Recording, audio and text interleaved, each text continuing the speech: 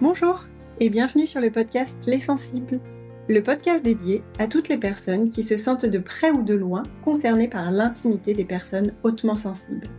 Je m'appelle Sophie, je suis coach certifiée, thérapeute de couple, sexologue et auteure de 4 livres, dont le livre Hypersensible mode d'emploi que vous retrouverez sur mon site dubonheurembarque.com et dans toutes les librairies. J'accompagne les personnes sensibles, mais pas que, adultes, ados et enfants qui veulent comprendre leurs émotions et leur mode d'emploi, s'épanouir dans leurs relations amoureuses et sexuelles et trouver leur place dans leur vie professionnelle. Depuis ma plus tendre enfance, on me répète inlassablement que je suis trop sensible et que je me pose trop de questions. Parce que l'amour, la sexualité et les relations font partie de mes sujets favoris et qu'on ne va pas se mentir, parfois c'est un peu la galère. J'ai à cœur de vous emmener une fois par mois dans l'intimité de personnes hautement sensibles et des experts qui les accompagnent. De leurs premiers amours à leurs derniers émois, ces cœurs à prendre ou plus à prendre nous dévoileront leur cheminement personnel et sensuel. J'espère que leurs confidences sans filtre sauront toucher votre corde sensible, qu'elles vous apporteront de l'écho, de l'espoir et peut-être même des réponses à vos questions. Si le sujet de la haute sensibilité vous parle, n'hésitez pas à suivre le compte du Bonheur en Barre sur Instagram, Pinterest ou sur le blog. Je vous partage régulièrement des illustrations et des informations pleines d'émotions. Bonne écoute!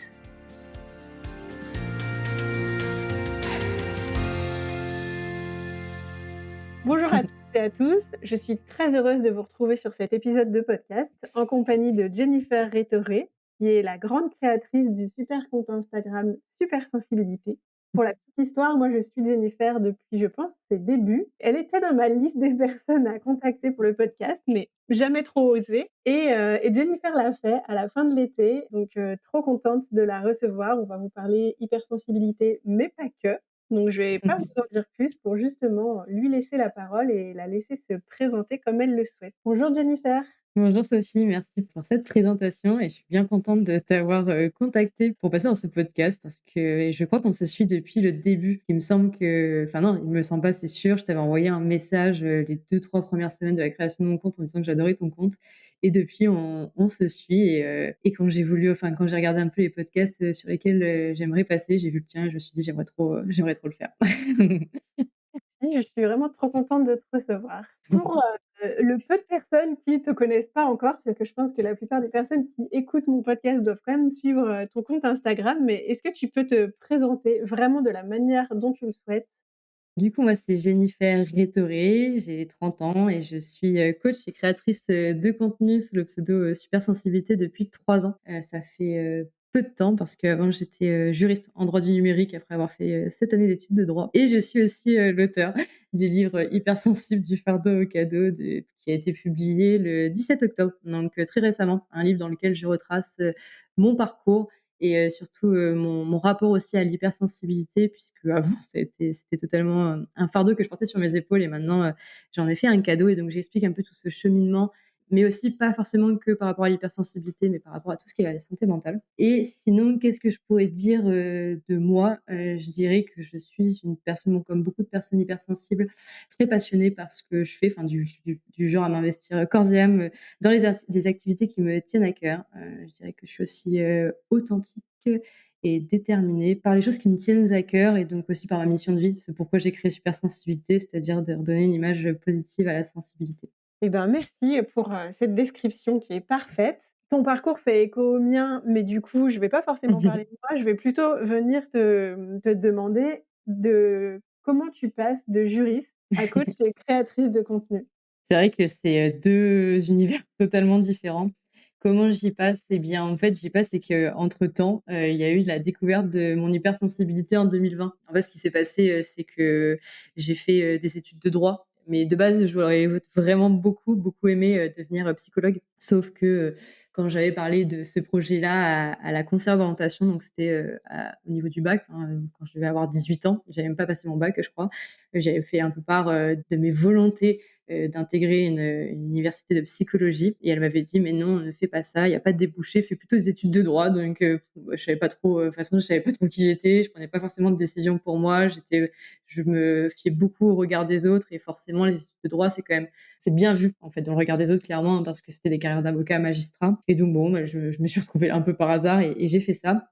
Et pendant 7 ans, mais pendant 7 ans vraiment, à chaque fois j'essayais de relier mes études à la psychologie en fait, à des univers qui me passionnaient comme, par exemple la criminologie et donc tu vois, j'ai fait un certificat en sciences criminelles, j'ai voulu devenir profiler. Après j'ai essayé de chercher un métier qui me permettrait, tu vois, de donner un peu de sens à ma vie. Donc après je me suis dit: «Je vais devenir avocate pour défendre des victimes» et après je me suis dit: «Mais je vais aussi devoir défendre des criminels et c'est impossible». Donc j'essayais toujours de trouver ce sens en fait, ce et un peu de psychologie dans mon métier mais j'ai pas trouvé et en fait donc j'ai fini par, faire, des études en droit du numérique, parce que pareil, tu vois, c'était la protection des données personnelles. Donc je m'étais dit, «Je vais me mettre en fervente des protectrice des données personnelles des utilisateurs. Personne n'aura le droit de les utiliser n'importe comment». Heu, tu vois, j'essaie de trouver du sens tant bien que mal et finalement, j'aimais pas du tout mon métier. Quand je suis entrée dans le monde professionnel, ça a été une catastrophe vraiment, mais je pense que le monde, déjà mon mé le droit plus le monde de l'entreprise, c'était vraiment le mauvais cocktail pour moi, totalement inadapté à ce monde-là et en fait, 2020, le confinement, meilleure période de ma vie, le fait de pas sortir, de voir personne et de me dire: «J'ai pas besoin de faire semblant». Déjà, je faisais très peu semblant. J'arrivais pas à faire semblant, donc ça se voyait que je n'en pouvais plus des gens avec qui je travaillais et du travail. Mais là, pour le coup, j'avais plus besoin d'y aller au travail et du coup, bah, là, je découvre mon hypersensibilité. Ça me permet de comprendre beaucoup, beaucoup, beaucoup de choses en moi. Ça a été un vrai soulagement parce que ça me permettait de mettre des mots sur plein de choses que je comprenais pas et ce qui a fait qu'ensuite, je me suis beaucoup renseignée et ça a été un peu, je pense, le déclic et ensuite, énième mauvaise expérience professionnelle et je me suis dit: «En fait, là, c'est le moment pour arrêter parce que dans tous les cas, si je continue à faire ce métier dans un milieu qui me correspond pas, je vais être malheureuse toute ma vie». Et donc c'est là où j'ai arrêté j'ai fait une reconversion, enfin pas une reconversion pro, en gros, on a fait un commun accord, une rupture conventionnelle et du coup, en fait, je me suis dit: «Je vais prendre du temps pour m'apprendre à me connaître» et j'ai fait beaucoup de recherches sur l'hypersensibilité, ce qui m'a mené en fait, finalement à me dire, «Qu'est-ce que j'aime?» À me poser les bonnes questions, tu vois? «Qu'est-ce que j'aime? Qu'est-ce que j'ai envie de faire? Qu'est-ce qui me passionne? Comment je pourrais, faire un métier qui permet de réunir, toutes mes forces aussi pour que je puisse les exploiter pleinement, tous mes domaines d'activité, mes domaines d'intérêt?» Et puis, bah, fil en aiguille, en fait, j'ai créé, Supersensibilité pour surtout, de base, aider les personnes hypersensibles et ce qui a fait qu'après le compte a explosé et je me suis formée en même temps au coaching. Enfin, ça a été, parce que le coaching aussi, pourquoi je me suis reconvertie, c'est que, je m'étais dit: «Tu vois, psychologie, ça nécessite de refaire 5 ans d'études de droit pratiquement, enfin d'études alors que je venais de finir 7 ans». Je me suis dit: «Comment je pourrais faire tu vois, un métier qui a quand même un aspect très psychologique», tu vois? Et le coaching, c'était parfait. J'adorais ça en plus, donc ce qui m'a amené là. Donc très longue histoire et je l'ai fait courte, mais le chemin a été assez long. Oui, j'imagine qu'il y a eu beaucoup de remises en question, de recherches, pour que tu Ouais. puisses, te sentir à ta place. Est-ce qu'aujourd'hui, du coup, tu as eu cette sensation, en faisant ta reconversion d'être à ta place ou est-ce que tu es encore en recherche? Alors j'ai été, complètement à ma place et alignée au tout début de ma reconversion, professionnelle parce que c'était tout nouveau, parce que je faisais Mmh. un métier en fait, c'était la découverte, l'exploration, j'apprenais de nouvelles choses, j'arrivais dans un milieu que je connaissais pas du tout, donc il y avait tout à apprendre, c'était mais hyper passionnant et j'adorais, j'étais animée. En plus, je me renseignais sur l'hypersensibilité, plus j'en apprenais sur moi-même, plus j'aidais les autres, donc c'était vraiment mais hyper, trop passionnant, même trop passionnant parce que après, en fait, j'ai commencé à complètement, m'investir dans l'activité, mais tu vois, je disais corps et âme tout à l'heure, mais c'était, bien plus que ça. Je ne faisais que ça, je parlais, je mangeais, je dormais, je buvais Supersensibilité. Puis les planètes étaient vraiment alignées parce que, tout s'est bien déroulé. Tu vois, j'ai créé mon compte Instagram, en août, en octobre, je faisais ma formation de coaching. 6 mois après, il y avait 100 000 abonnés, c'était incroyable. Il y avait des maisons d'édition qui me contactaient. Enfin, tout était hyper aligné, tu vois? Je me suis dit: «Mais c'est incroyable, quand toutes les planètes sont alignées, qu'on se sent bien avec soi-même, qu'on aime ce qu'on fait, c'est génial, quoi». Vraiment un sentiment, d'épanouissement total. Mais peu à peu, c'est vrai que bon, après il y a eu beaucoup de problématiques, de santé mentale en parallèle puisque bah, ça j'en parle aussi beaucoup dans mon livre, mais ouais, il y a beaucoup d'anxiété qui est arrivée et c'est vrai que moi je me suis beaucoup réfugiée dans le travail, ce qui m'a menée en fait à beaucoup aussi d'épuisement et puis en fait je pense que, je me suis pas, au cours de mon activité, tu vois, je l'adore toujours et j'aime toujours ce que je fais, mais je pense que je me suis un peu désalignée à un moment et donc retrouver sa place pour se réaligner, c'est encore un chemin que je fais aujourd'hui, tu vois? Et parce que je pense que, tu vois, il y a ce besoin d'apprendre continuellement et je pense qu'en me focalisant uniquement sur l'hypersensibilité, j'ai un peu, tu vois, arrêté de m'informer sur d'autres sujets et ce qui m'a aussi un peu perdue, tu vois? Et en fait, bah, après tu te dis: «Ah, je peux pas faire ci parce que je me suis enfermée dans quelque chose» et je me suis moi-même, tu vois, limitée et au fil des mois, je me suis sentie qu'il y avait un certain désalignement avec ce que je faisais et maintenant, je retravaille sur ça pour retrouver pleinement l'alignement. Tout ça pour dire aussi que c'est pas parce qu'on se sent aligné dans une activité à un moment T que ça le sera toujours, en fait. C'est parce que finalement, la vie, on est en perpétuel, un peu, pas remise en question, mais en perpétuel changement et c'est toujours nécessaire de se réaligner de temps en temps, en fait. C'est ce que je n'ai pas fait pendant plusieurs mois. Bah, déjà, merci de ta transparence. Vraiment, je trouve que c'est passionnant que tu nous parles, et c'est ce que j'ai aimé dans ton livre, hein, c'est que tu dis vraiment les choses, tu les brodes pas pour que ça Ouais. soit plus joli, tu dis vraiment comme tu les ressens et bah, comme toi, j'avais pu ressentir à des moments d'être hyper alignée et pour X ou Y Mmh. raison, à d'autres moments, bah, beaucoup moins. Il y a ce truc de tu as une grosse communauté sur l'hypersensibilité, mais Ouais. peut-être que toi, tu as eu envie ou tu as envie de parler d'autre chose. Comment tu peux aligner ça, avec la communauté? Parce que du Mais coup, est-ce c'est que un tu as la peu sensation qu'ils ont des grosses attentes par rapport à toi ou? Non, je dirais pas d'attente. Enfin, je ne sais pas en fait, vu que je suis pas là non plus à la place des gens, je peux pas savoir s'ils ont vraiment des attentes. Mais par contre, moi, je le vois, tu vois, au niveau des statistiques, forcément, j'avais déjà essayé de parler d'autres sujets et dès que je sors un peu de l'hypersensibilité, je pense que j'étais très cataloguée sur ça. Mes contenus sont moins vus, sont moins mis en avant et du coup, forcément, enfin, au tout début, maintenant, j'essaie vraiment de me détacher de ça. Mais c'est vrai que c'était décourageant. Je passais beaucoup de temps à faire des recherches sur un sujet et puis en fait, tu te dis: «Bon, ça intéresse pas les gens». Et les gens sont enfin moi je m'étais beaucoup parce que j'aurais bien aimé, tu vois, un peu plus parler de moi aussi, de Mmh. partager, des anecdotes, des ressentis. Voilà, il m'est arrivé ça, qu'est-ce que vous en pensez? Est-ce que ça vous arrivait? Tu vois? J'avais vraiment ce besoin-là, mais je me suis dit: «Les gens sont abonnés pour, les informations que je partage sur l'hypersensibilité, ils s'en foutent de moi» et en fait, je me suis complètement effacée et tu vois, il y a même aussi la santé mentale parce que certes, il y a l'hypersensibilité, mais il y a quand même de nombreuses personnes hypersensibles qui peuvent rencontrer des problématiques liées à l'anxiété, il y a le TDAH, il y a plein d'autres choses qui pourraient être hyper intéressantes à aborder. Enfin, je me suis complètement bloquée à ne pas parler de ça et c'est vrai qu'en fait, moi, je me suis rendu compte au tout début je me suis rendu compte au fil des mois plutôt que, bah, il y a ce besoin d'apprendre, mais il y a pas que chez moi. Je pense que chez un peu toutes les personnes hypersensibles, tu vois, d'apprendre de nouvelles choses continuellement et c'est vrai que le sujet de l'hypersensibilité, bon, on pourra sûrement en parler, tu vois, il est très intéressant et très vaste, mais en même temps aussi, à force, quand ça fait 3 ans que tu fais du contenu autour de ce sujet, bah, on fait vite le tour et ça peut être redondant, mais aussi bien pour la communauté et c'est là que, c'est assez difficile, c'est de trouver, comment faire une bonne transition tout en créant du contenu qui te fait du bien, mais qui fait du bien aux autres. Donc, bah, écoute, j'en suis là.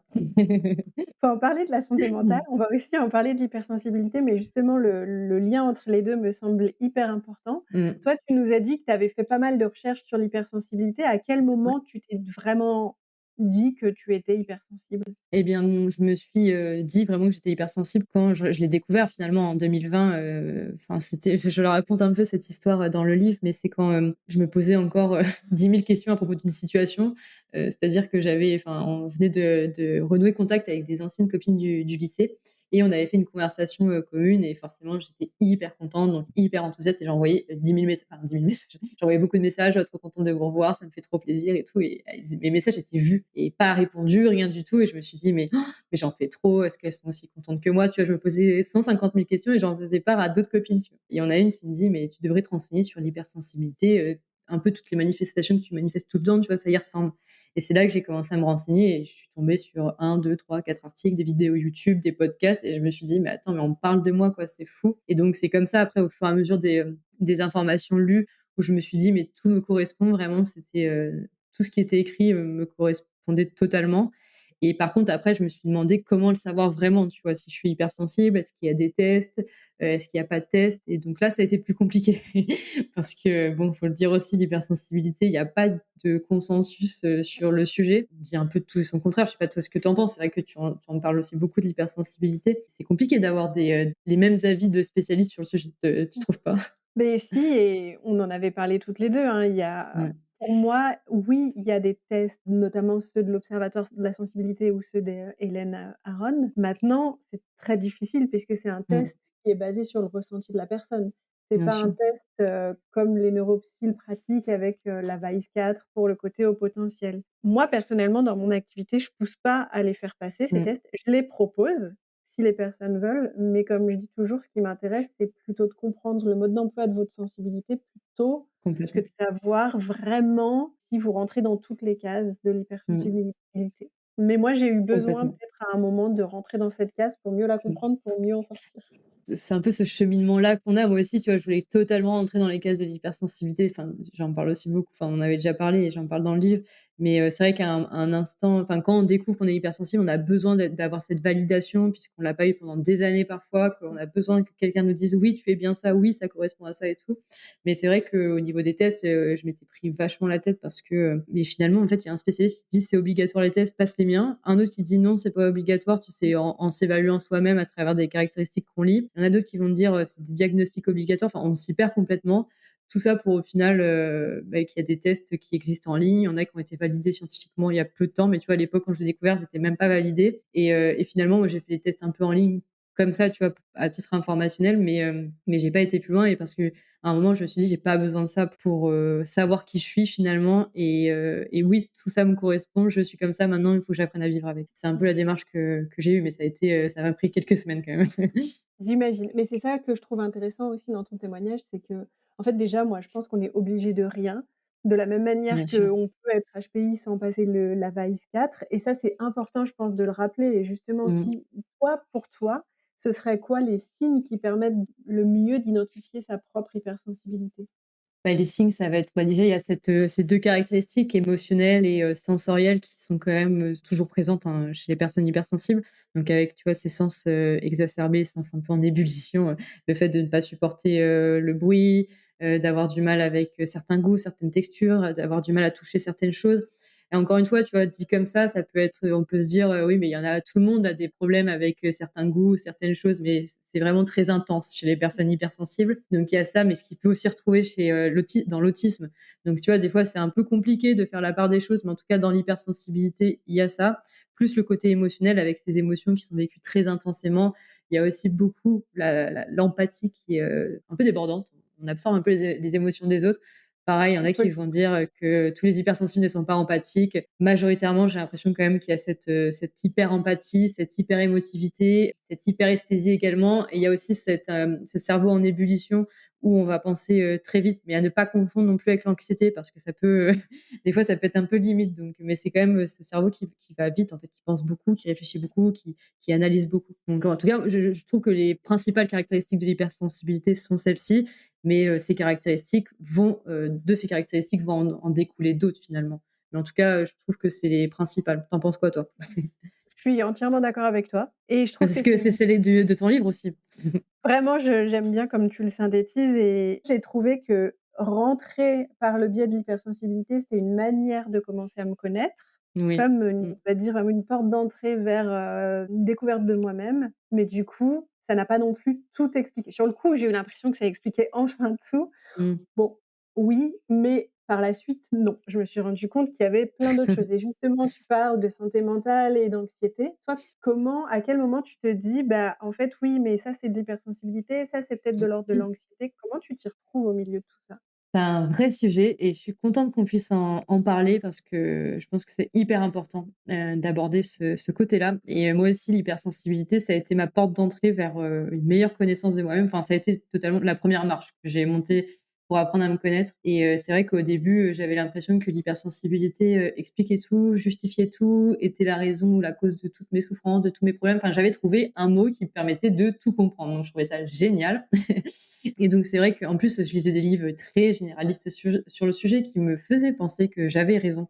Puisque dans ces livres, on va me dire que c'est normal d'être anxieux quand on est hypersensible, que c'est normal d'avoir une basse estime de soi quand on est hypersensible et donc bon, bah, voilà, je trouvais ça très, enfin, je trouvais ça cool qu'il y ait un seul mot qui réponde à toutes mes problématiques et finalement, au fil du temps, je me suis rendu compte que, eh bien, en fait, l'hypersensibilité, déjà quand j'ai approfondi mes recherches, je me suis rendu compte qu'il y a quand même des différences entre, hypersensibilité, anxiété, qu'ensuite, il y avait des personnes hypersensibles qui pouvaient avoir aussi une haute estime d'elles-mêmes, tout ça. Donc, tu vois, j'ai creusé un peu toutes ces notions finalement, tu vois? Je me suis beaucoup informée sur l'estime de soi, sur le perfectionnisme, sur le syndrome de l'imposteur qu'on associe toujours, souvent en tout cas, à Oui. l'hypersensibilité et je me suis rendu compte que, mais en fait, le perfectionnisme, en tout cas cette extrême exigence qu'on peut avoir envers nous-mêmes, mais c'est pas forcément l'hypersensibilité qui l'explique. Peut-être que ça peut amplifier ce ressenti, mais souvent, bon, c'est parce on a peut-être vécu dans un schéma dysfonctionnel, qu'on a peut-être, rencontré, enfin, qu'on a des croyances limitantes, qu'on a peut-être, ancré des croyances, enfin, voilà, des croyances en nous dans notre enfance. Enfin, il y a plein de choses qui pouvaient justifier ça, tu vois? Et je me suis dit: «Mince, il faudrait peut-être creuser plus loin» et me tourner aussi du côté, tu vois, de mon éducation, des traumatismes, tout ça. Mais surtout, ce qui m'a permis vraiment d'aller, au-delà de l'hypersensibilité, c'est quand, j'ai été confrontée à l'anxiété. Je suis anxieuse depuis toujours, mais c'est vrai que j'avais tendance un peu à le lier à l'hypersensibilité parce que beaucoup font cet amalgame malheureusement. Enfin, en fait, en 2021, donc tu vois, ça faisait vraiment pas longtemps que j'avais, créé mon compte Instagram. Ma vie était parfaite. Vraiment, j'ai jamais vécu des moments aussi, géniaux. Tout était beau, tout était rose pratiquement, c'était incroyable et du coup, là, j'apprends, que, mon cousin, en fait, a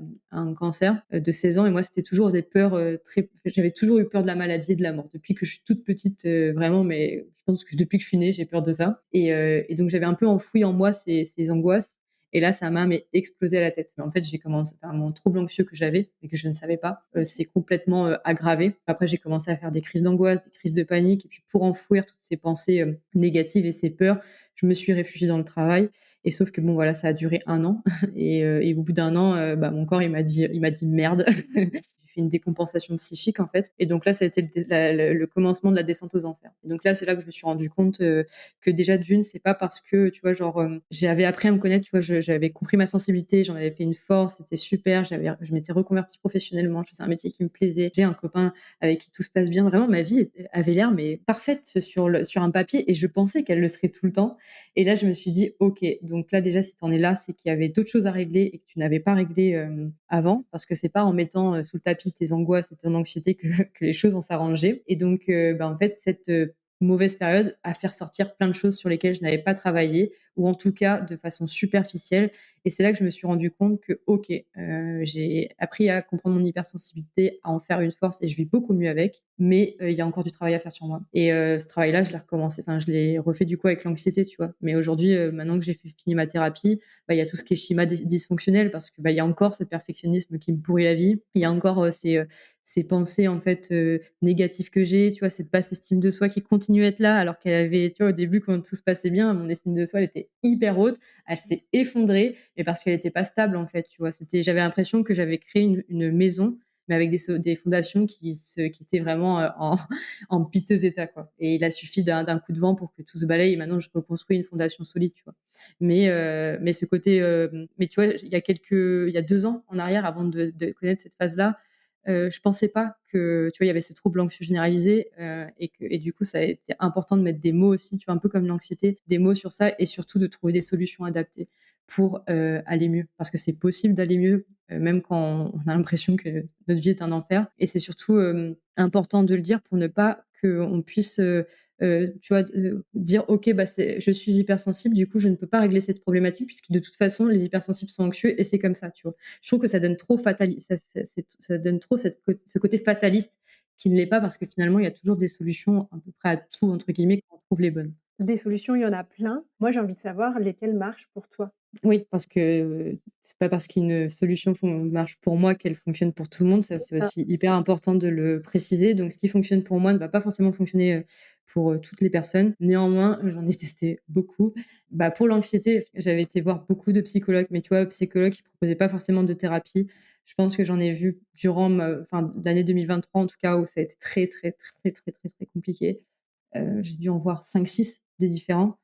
Aucun ne me correspondait. Ensuite, j'ai fait hypnothérapie, ça m'avait bien aidé. L'hypnothérapie, enfin l'hypnose m'avait beaucoup, beaucoup aidé, ça m'avait aidé à sortir la tête de l'eau. Je sais que ça aide des personnes, j'ai reçu beaucoup de témoignages en me disant qu'eux, ça les avait aidés vraiment à apaiser leurs angoisses, leur anxiété. Je pense que pour moi, ça m'a aidé à sortir la tête de l'eau, mais le trouble anxieux était beaucoup trop grave, enfin trop sévère en tout cas pour, vraiment aller chercher en profondeur. Je ne sais pas, en tout cas au bout d'1 mois, ça ne fonctionnait plus.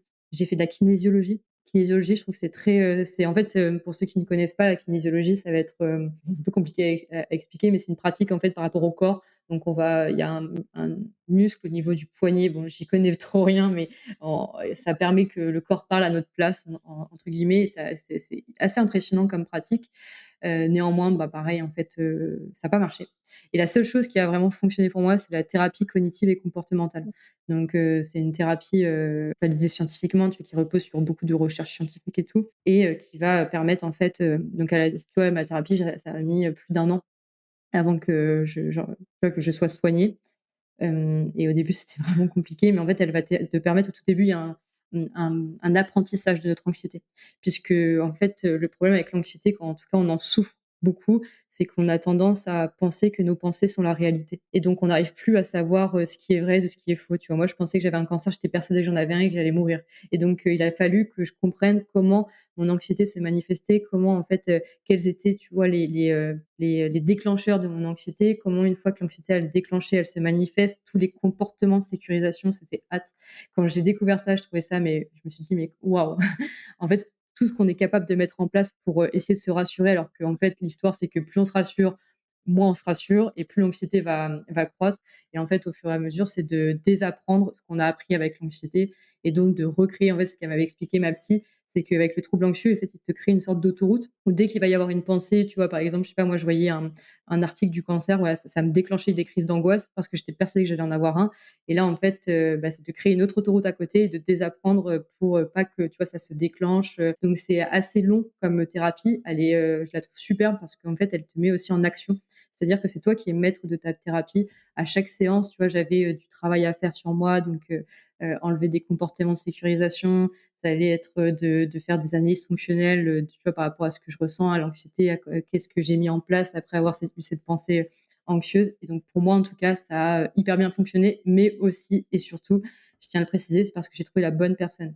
La thérapie ne peut pas fonctionner avec un psy avec lequel on se sent pas à l'aise, pas en confiance et ça, c'est hyper important et c'est aussi le plus dur dans le parcours de soins, c'est de trouver une personne adaptée, en fait, à nous. Parce que ça coûte de l'argent, ça coûte de l'énergie et ça demande beaucoup de temps et donc tu vois, au bout de je sais pas 6-7 psy, j'en pouvais plus vraiment, j'en avais marre. Je me suis dit: «Mais je suis une cause perdue, personne ne pourra m'aider» et en fait, tu vois, je me suis dit: «J'ai pas le choix, donc je vais continuer» et je suis tombée sur la bonne personne.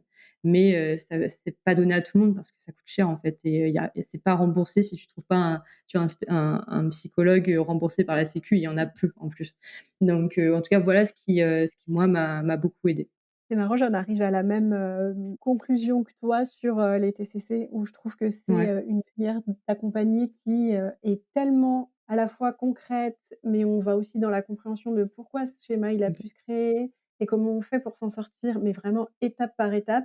Mmh. Moi je trouve que c'est aussi celle qui m'a le plus aidée. Après oui, Ouais. ponctuellement, hypno, kinésio, toutes ces pratiques qui sont plus de l'ordre de travailler sur l'inconscient, c'est chouette Bien parce sûr. que ça Mmh. apaise sur le coup, mais moi, il y a eu moins d'effets long terme que la TCC. Mmh. Vraiment. Ouais, complètement pour moi aussi, vraiment la TCC, c'est ce qui m'a complètement sauvée. Mais, après, tu vois, ça dépend. Il y a des personnes qui vont pas du tout qui vont pas du tout aimer Ouais.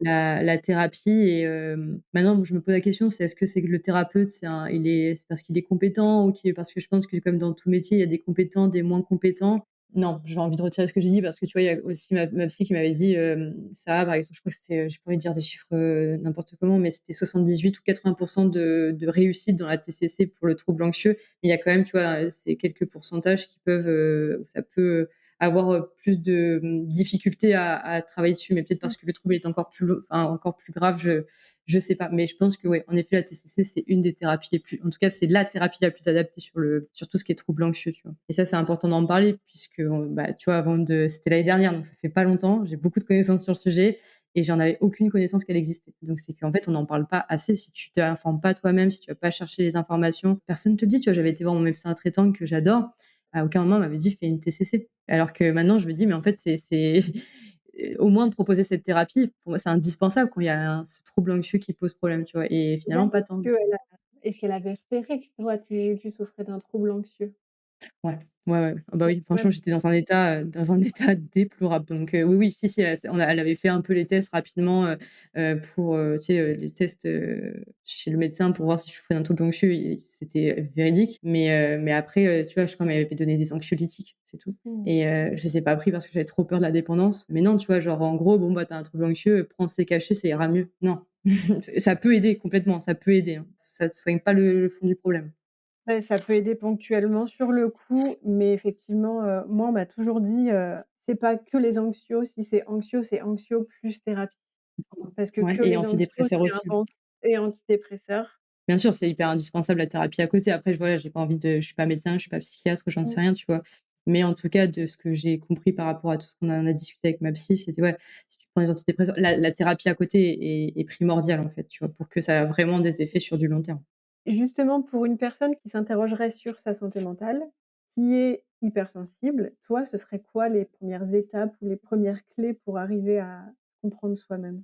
Ah déjà, ce qui se fait sur sa santé mentale, tu vois, ça dépend, ce dont on souffre, tu vois? C'est la santé mentale, c'est tellement varié, tu vois? Il y a les tout ce qui est troubles Mmh. anxieux, mais il y a aussi, beaucoup d'autres, tu vois? Ça peut être des maladies psychiatriques ou autres, enfin des maladies, oui, je crois qu'on ou des troubles psychiatriques, pardon. Ça peut être tellement vaste, en fait, donc c'est très compliqué, et tu vois? Je pense que je suis personne pour donner vraiment de vrais conseils sur le sujet. La seule chose que je dirais et là où je me sens, légitime de le faire, c'est d'aller consulter. En fait, c'est même pas de réfléchir, c'est enfin pas de réfléchir, si forcément on réfléchit, mais c'est vraiment d'aller consulter et de ne pas en avoir peur, de ne pas en avoir honte et de pas croire que c'est parce qu'on va consulter quelqu'un qu'on est faible, qu'on peut pas s'en sortir seul. Parfois, c'est nécessaire de demander de l'aide. C'est pas un acte de faiblesse. Au contraire, je trouve que ça il faut être vraiment courageux pour demander de l'aide, pour oser exprimer nos besoins et pour oser aussi vouloir tu vois, s'en sortir, de vouloir aller mieux et tout. C'est prendre soin de soi finalement, prendre soin de sa santé mentale. Donc ça peut être faire des recherches forcément, tu vas lire des livres, mais je pense que la meilleure solution, ça serait vraiment d'aller voir un psychologue et s'il y a la possibilité, bien évidemment, soit, tu vois, d'avoir des recommandations d'autres personnes pour éviter d'avoir, tu vois, de faire, 150, recherches de psychologues et de tomber sur des psychologues qui ne nous conviennent pas. Souvent, tu vois, quand on a une recommandation, peut-être que c'est déjà mieux et encore, des fois, c'est pas parce que ça convient à une personne, ça convient à une autre. Mais tu vois, aussi, surtout, c'est de ne pas s'arrêter à la première personne si ça ne va pas. Parce que des fois, en fait, bah, il faut malheureusement, il faut il faut tester plusieurs psychologues pour trouver la bonne personne. Mais je pense que chacun a chaussure à son pied. Et donc voilà, vraiment, c'est le seul conseil que je me sens légitime de donner, c'est vraiment si on se sent mal, si on sent que sa santé mentale, ça va pas, si on a beaucoup d'anxiété, si on souffre de dépression, il y a des choses qui se passent qu'on comprend pas, c'est vraiment de se faire aider. Et je rajouterais même une fois qu'on a trouvé la personne, qui nous convient, peut-être qu'elle va nous convenir pour un temps donné Bien et sûr, qu'au bout d'un temps, bah, soit on aura l'impression d'avoir fait le tour, soit de ne plus avancer avec cette personne et du coup peut-être besoin de trouver une autre personne. exactement, exactement, complètement, je suis totalement d'accord. Pas forcément un psy pour la vie. Non, mais puis après, en plus, un psy, ça dépend les méthodes qu'il enseigne, tu vois? Mais s'il fait, par exemple, je sais pas, il ne fait que de la TCC, au bout d'un moment, tu vois? Genre là, moi, je suis passée à la thérapie des schémas, donc bon, je suis en train de voir, tous les schémas dysfonctionnels, il y en a beaucoup Ça fait et peur au oh, ça fait peur. Ouais, je me suis dit, échec 98. Je me suis dit: «Waouh!» mais en même temps, c'est tellement, ça reflète tellement mon quotidien. J'ai la chance qu'elle fasse la thérapie des schémas, tu vois? Mais si elle n'avait fait que la TCC, peut-être que j'aurais dû aller voir quelqu'un d'autre pour vraiment, en fait, qui soit spécialisé de ma problématique, en fait, donc non, bien évidemment, ne pas hésiter à voir, plusieurs personnes et voir différents. Peut-être qu'on peut se faire accompagner par un psychologue et un coach sur le côté reconversion professionnelle ou aller voir un hypnothérapeute en parallèle. Savoir ce qui nous fait du bien, en fait. Vraiment, ça, c'est important et le seul moyen de le savoir, c'est de tester aussi différentes choses. Je pense que de par ton passé, de par tes études, tu as appris à faire beaucoup, beaucoup de recherches. Aujourd'hui, on trouve de tout et de rien sur le sujet, mais aussi bien de l'hypersensibilité que de l'anxiété que des autres. Comment tu fais le tri entre les informations qui te semblent pertinentes de celles qui sont au contraire trop généralistes? Très bonne question. C'est pas évident de faire le tri parce qu'il y a vraiment tout un tas d'informations, vraiment pas, pertinentes ni intéressantes, que ce soit sur l'hypersensibilité, sur l'anxiété. Malheureusement, c'est, devenu, des sujets qui, font le buzz un peu sur les réseaux sociaux et qui sont un peu repris par, n'importe qui. Je vois bien, tu vois, beaucoup de mes contenus, plagiés ou des contenus, hyper, intéressants sur l'anxiété qui sont plagiés pour, tu vois, de sorte que ça fasse après, le buzz, sur les réseaux et donc bah, c'est là où il va y avoir énormément d'amalgames, où il y a pas enfin, tu vois, on va te balancer des informations sans forcément avoir, des informations plus profondes à côté donc ça vraiment, ça me fait même limite peur, en fait, tous ces comptes qui fleurissent, en fait, sur des sujets, où on va te promettre des solutions miracles avec, des programmes, tu vois, pour guérir de l'anxiété ou des choses comme ça. Ça me fait peur, donc c'est vraiment, ça peut même être un danger pour certaines personnes. Comment faire le tri? Déjà, je m'informe, peu sur les réseaux quand même. J'aime bien, moi, beaucoup avoir, des informations hyper profondes et hyper complètes, donc ça va être beaucoup des livres. J'interroge aussi beaucoup ma psychologue au niveau de l'anxiété parce que bon, voilà, je sais que je peux lui faire confiance et qu'elle va me donner de bonnes informations et de bonnes lectures. Sur l'hypersensibilité, je vais souvent me référer à toujours aux mêmes spécialistes. Donc, tu vois, Saverio Tomazzella, Elodie Crépel, Hélène Aron. Je vais souvent tourner autour de ces 3 spécialistes sur le sujet où il y a, tu vois, il y a un site américain que j'aime bien, c'est Sensitive Refuge, où il y a beaucoup, beaucoup d'études sur le sujet. Donc, tu vois, je vais regarder, je vais m'informer sur ça, en fait. C'est des personnes qui sont vraiment spécialistes et ensuite qui diffusent des bonnes informations. Le reste, en général, j'y fais moins attention. Et tout ce qui est anxiété, voilà, ça va être aussi beaucoup des livres qui sont reconnus par des spécialistes. Tu vois, j'aime beaucoup le psychiatre Christophe André. Il y a aussi Frédéric Fancher, il me semble, sur tout ce qui est l'anxiété. Donc, je vais aussi me référer à des spécialistes qui sont connus, reconnus sur le sujet et qui ont la légitimité, la légitimité. J'ai pas envie de dire de légitimité parce que du coup, ça voudrait dire que moi je suis qui? Je suis personne aussi pour parler d'hypersensibilité finalement et que je serais pas légitime à en parler. Légitime, c'est peut-être un mauvais mot. En tout cas, je fais confiance aux personnes, même tu vois, qui ont pas forcément de statut, mais qui sont passionnées par leur sujet et qui vont faire 1000 fois plus de recherches que les autres pour tout comprendre d'un sujet. Et ça, il y en a quand même, on peut en voir beaucoup, tu vois? Il y avait, Chloé Rayure, Chloé Rature, je sais plus si c'est Rayure ou Oui, Rature, sur le oui. HPI. Dur Il et y a vague. c'est Mini TDH, sur les réseaux qui parlent beaucoup du TDAH. C'est pareil, qui est une personne qui a découvert son TDAH hyper tardivement et qui a fait énormément de recherches sur le sujet pour tout comprendre. Je fais aussi beaucoup confiance à ces personnes-là. Tu vois, ça se voit que c'est des passionnés qui ont eu besoin de répondre à une problématique à un moment donné, qui ont fait toutes les recherches pour. Et souvent, ce sont des informations, tu vois, les informations qu'elles partagent sont intéressantes. Mais en effet, c'est pas évident de faire le tri dans toutes ces informations, même au sein de spécialistes. Des fois, il y en a qui se revendiquent spécialistes et vraiment, Mmh. voilà. Quand on voit les informations que ces personnes partagent, enfin, ça me met en colère moi parce que derrière, en fait, tu sais que c'est pas, enfin, je sais même pas si c'est pour les bonnes ou les mauvaises intentions, mais c'est que les informations vraiment ça me fait, c'est tellement, généraliste et ça met tout le monde dans le même panier et tout et j'aime plus du tout. En tout cas, peut-être qu'à un moment j'adorais et j'aimais ce genre d'informations, mais aujourd'hui plus du tout, donc je fais attention aussi aux personnes qui apportent des nuances dans leurs propos et je trouve que c'est hyper important. Et toi? Parce que je donne mes conseils, Bah, mais j'aimerais en bien fait, entendre les c'est tiens. pour ça que je t'ai demandé parce que je trouve que c'est, comme tu l'as dit, presque dangereux. Il y a des livres où, qu'on soit hypersensible, qu'on le soit pas, on se reconnaît dedans et du coup, bah, Mmh. OK, mais en fait, on fait quoi de tout ça et comment on trie? Parce que, il y a des personnes qui ont une très, très belle com et du coup, bah, on a l'impression que c'est très sérieux ce qu'ils disent, alors qu'en fait, si on creuse, mais parce que, sur ce sujet, on a pu enfin, voilà, moi, sur le sujet de l'hypersensibilité, j'ai voulu vraiment creuser, me documenter, me former et j'ai pu me rendre compte après qu'il y avait des choses qui étaient pas vraies dans ce qui était dit. Mmh. Mais ça m'a demandé une démarche personnelle qui était quand même énorme. Je la regrette pas parce que ça me passionnait, Mmh. mais je me dis pour une personne, qui a pas envie de passer, des soirées entières ou des journées entières à lire Complètement. et à se documenter, c'est pas simple de savoir, Non, quoi faire et par où complètement. commencer.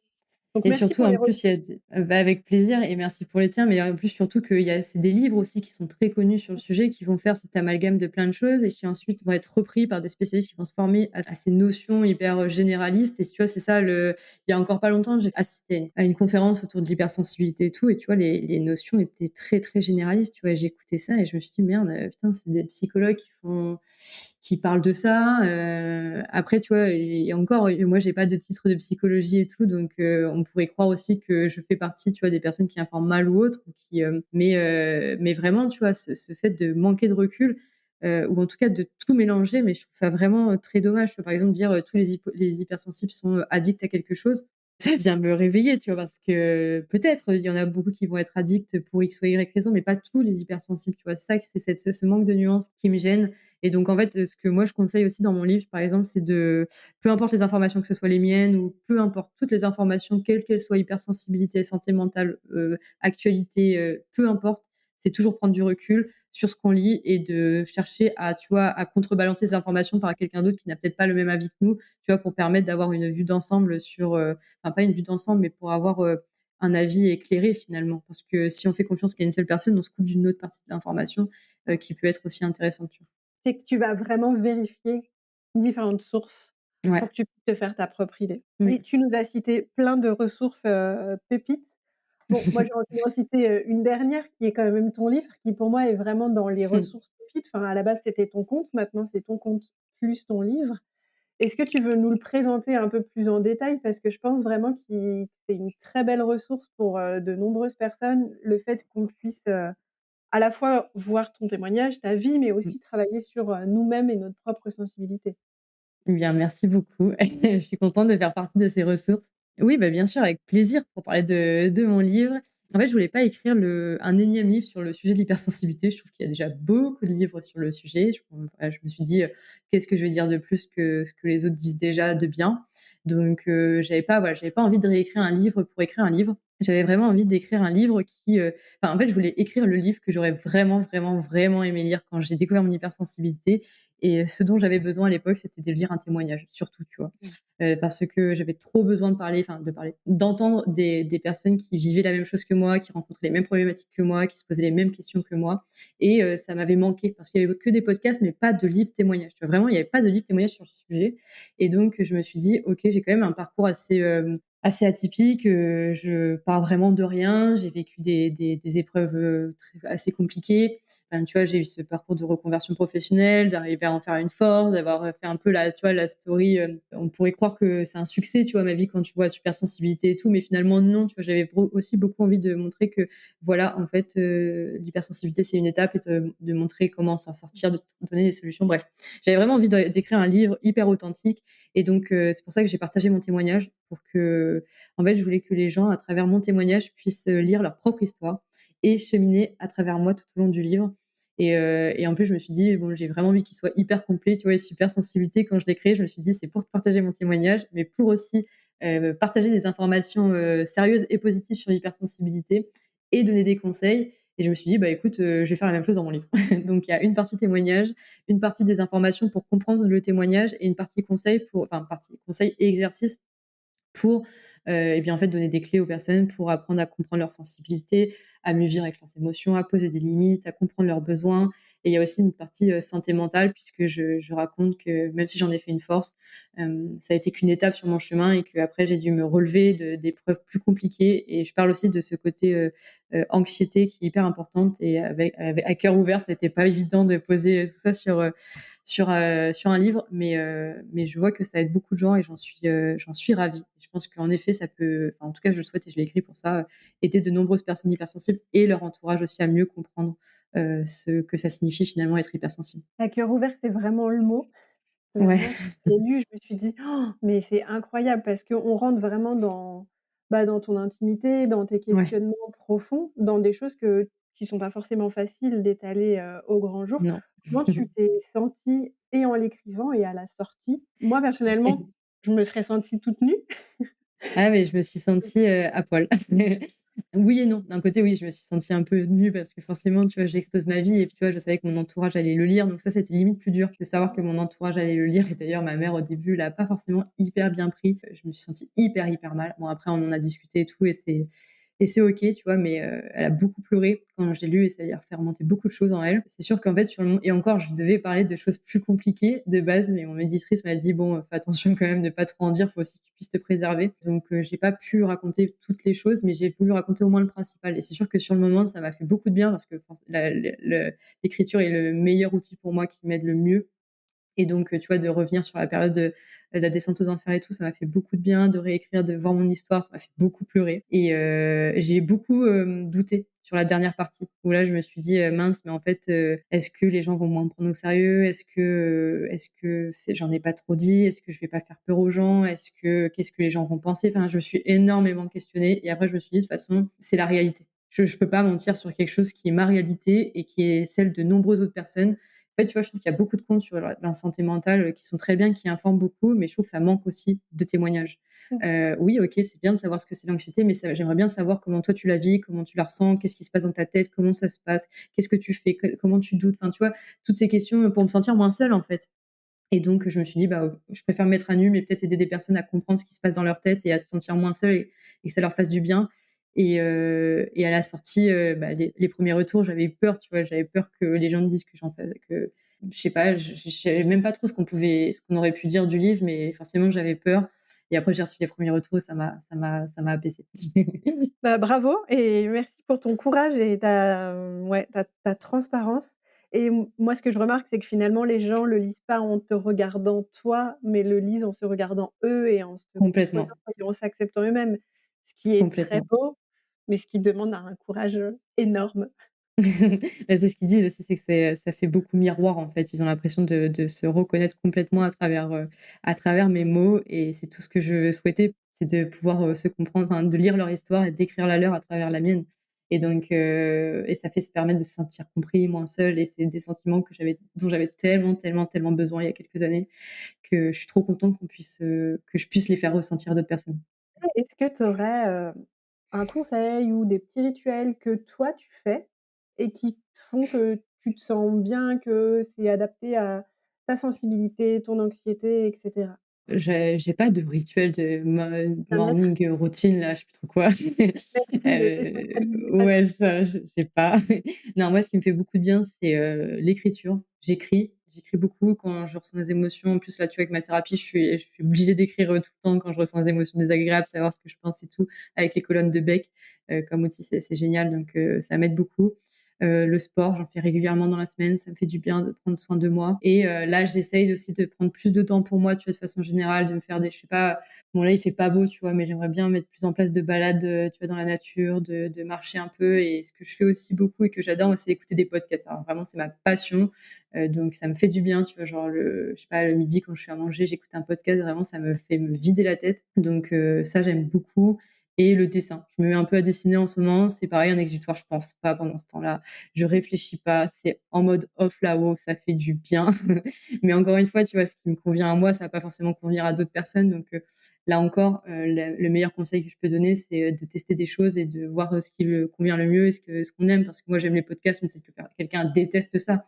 Donc, c'est vraiment de tester et de faire des activités qui nous font du bien.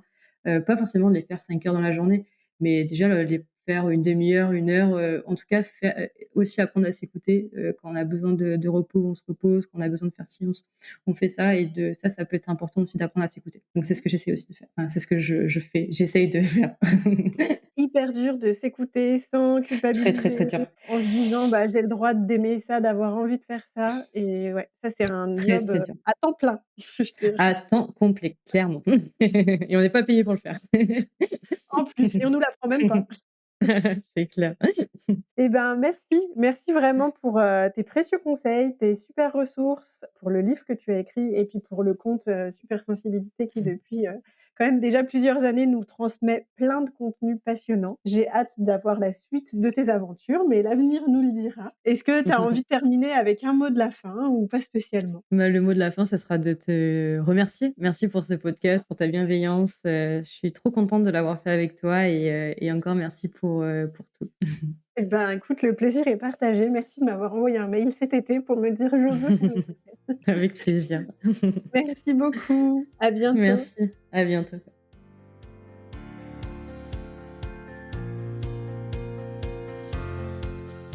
Un grand merci à vous pour votre écoute. J'espère que cet épisode vous a plu.